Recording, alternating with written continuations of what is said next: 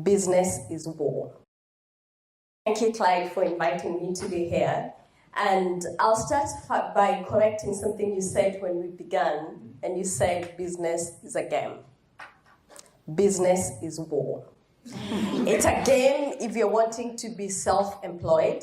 It's a game if you want a side gig. So if you just want to be on Instagram with those people that you see in their yacht and whatever, if that's where you want to go, then it is a game. If you want to be an entrepreneur, then it is war. And there are challenges, whether, I think, I don't know who mentioned about it and said, sometimes we already present ourselves as losers because of our color. We already go to the table when we've already lost. And it's really a mindset we have to really start teaching ourselves and the generation that is coming after us, that we go to the table as winners because of our difference. The fact that you're different already positions you in a better space. So when we walk into those tables with confidence, and when we are not invited to the tables, let's create them. And this is an example of creating that table. So those challenges that we talk about, community, it can be a challenge. Your loved ones will be a challenge because they love you and they want to protect you. But if you're going to go to war, you're going to make a decision to win. A decision to win. That will mean you may have to disagree with your wife. You may have to disagree with your husband because the way they see it and the way you see it is different because you're the one who's been called for it. So it is going to be a challenge. Our own community, sometimes we can be a challenge to each other because who does she think she is? Who does he think he is? But not sitting and thinking about people's opinion, but going for what you believe in, then you'll make it as an entrepreneur.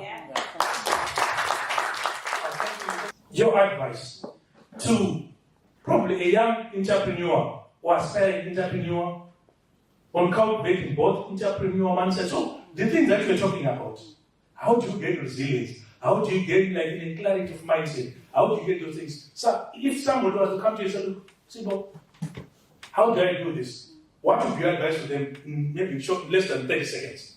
I'll go with self-leadership because I think it's such a key area and we potentially have missed to talk about it because leadership is a place of influence and you can never influence unless you can influence you first.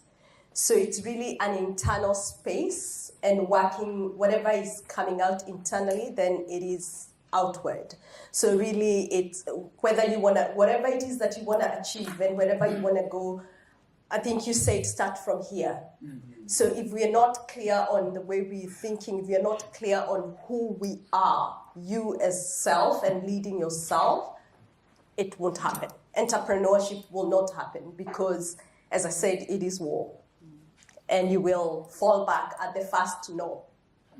Thank you very much. So, yeah, we'll just, we have limited time, so I'll just say project. That's a good question. And I'll start with you, Robert. Okay, so quick question. You guys are all leaders. So I want to ask for the people who want to scale their business exponentially, how do you create other leaders within your business? It's being clear that you can scale the value that you bring because if then you don't have a scalable business, you can't scale it. Strategy. When you face challenges without a strategy, you will fail. And we hear statistics that are shocking on how many businesses fail within the first year, within 5, within 10. You can't scale without a team. So really growing those leaders is really bringing the team to the journey. I sit down with a lot of CEOs, that's what I do on my daily job, and I say you need to fire yourself off the job. So at any given time, you're training people to do what you can in a way that if you're out of this business in the next 6 months, it can still run, and systems.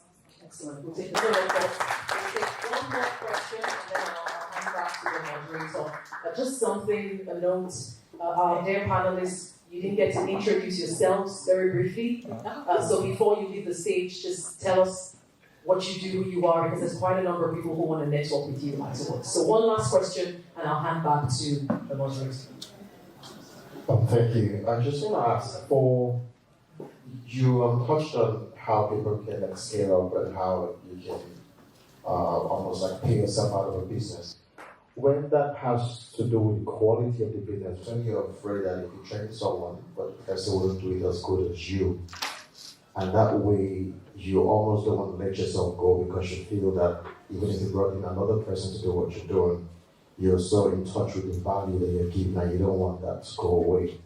How do you recalibrate your thinking to loosen up the actual quality of service just so that your business can grow?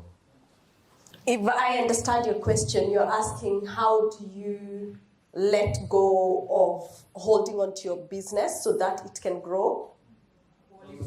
The quality of your service, yeah, so that it can... I'll just bring up examples.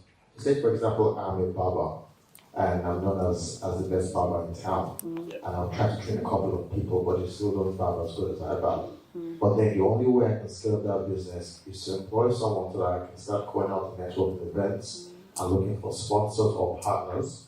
But then that means that the people who will start coming to my salon won't be getting the same fresh haircut that I would normally have provided them. So how do I, in my head, I'm thinking that's going to affect how my business is perceived as no longer the most quality barbering salon in town compared to the opportunity for me to stand out and take a step back and do other things. Mindset. Don't fall in love with your business. And you're not the best barber. If you can't teach somebody else, there's a problem. And that's a leadership problem. So you need to be able, the mentees that come and the people that you bring into the business, they actually need to cut hair better than you do if you're going to employ them. That's the one thing you're looking for. Either they come because they can do it better than you can, and if you're going to train them, you train them to be better than you. And that comes from self-confidence that this is what I want for the business, for it to be able to grow. It is something that was said, it is to be able to bring the people in the business so that you can work on the business, not in the business. So if you still want to cut hair, be self-employed and be happy with that. Don't aim for entrepreneurship. Thank you, ladies and gentlemen. We've come to the end of our panel discussion, but as I said, we just ask a very short, brief introduction about themselves before we round off. I'll start off here. Annastacia Wainaina, I'm from Kenya. My background is nursing, but then I did a master's in law and I do executive coaching, and I'm a business strategist. A round of applause for the